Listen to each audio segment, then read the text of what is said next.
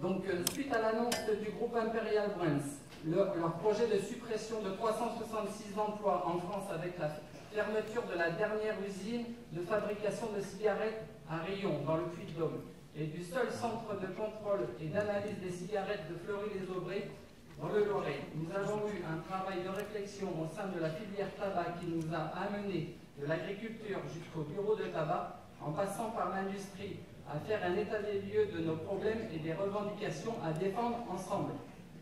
Cette réflexion s'est poursuivie sur les conséquences d'un plan de restructuration annoncé par Imperial Brands et de ses répercussions sur le bassin de l'emploi. Nos intérêts sont intimement liés. Les reculs de l'emploi et des activités deviennent inconsciemment leurs problèmes et de tous et de leurs élus. Les agriculteurs français du tabac sont aussi touchés par le désengagement du groupe Imperial. Il ne leur prendra plus de tabac pour produire leurs cigarettes. Plus de 1500 exploitations agricoles vivent de cette activité, regroupées dans les coopératives.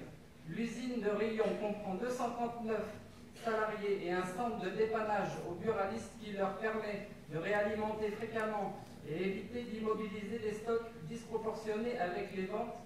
Ce sera des coûts supplémentaires pour eux. 30% des bureaux de tabac pourraient ne pas survivre à l'arrêt du dépannage qui est prévu. Il est aussi dans l'intérêt des débitants de tabac que l'État s'attaque aux achats transfrontaliers en harmonisant le prix des tabacs en Europe. Où se situe l'action contre le tabagisme dans cette logique unique de remonter de gros sous vers les caisses de l'État en négligeant les réseaux parallèles et les profits délirants des multinationales de tabac qui les aspirent et laissent ensuite tomber les populations? Ce n'est pas ces suppressions d'emplois qui empêcheront les fumeurs de s'approvisionner. Ce sont des emplois que plus personne n'occupera jamais. Le maintien de la filière a donc des intérêts économiques larges, sociaux et de santé publique. Avec les compétences des agriculteurs et celles de l'usine de Riom, le produit peut être tracé sur son parcours.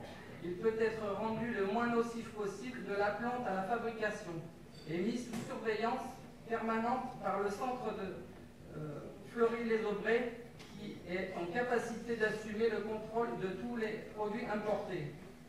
Tout ne sera plus possible si demain leur projet aboutit. La filière tabac peut donc accompagner le recul du tabagisme et poursuivre le tracé du produit. La préservation de la filière tabac est donc l'affaire de A à Z de l'État français. Le gouvernement, quel qu'il soit, doit donc reprendre la main. Il peut stopper le plan social, faire jouer le principe de précaution sur la question de santé publique et organiser une table ronde entre les secteurs de la filière, le corps médical et les organisations contre le tabagisme.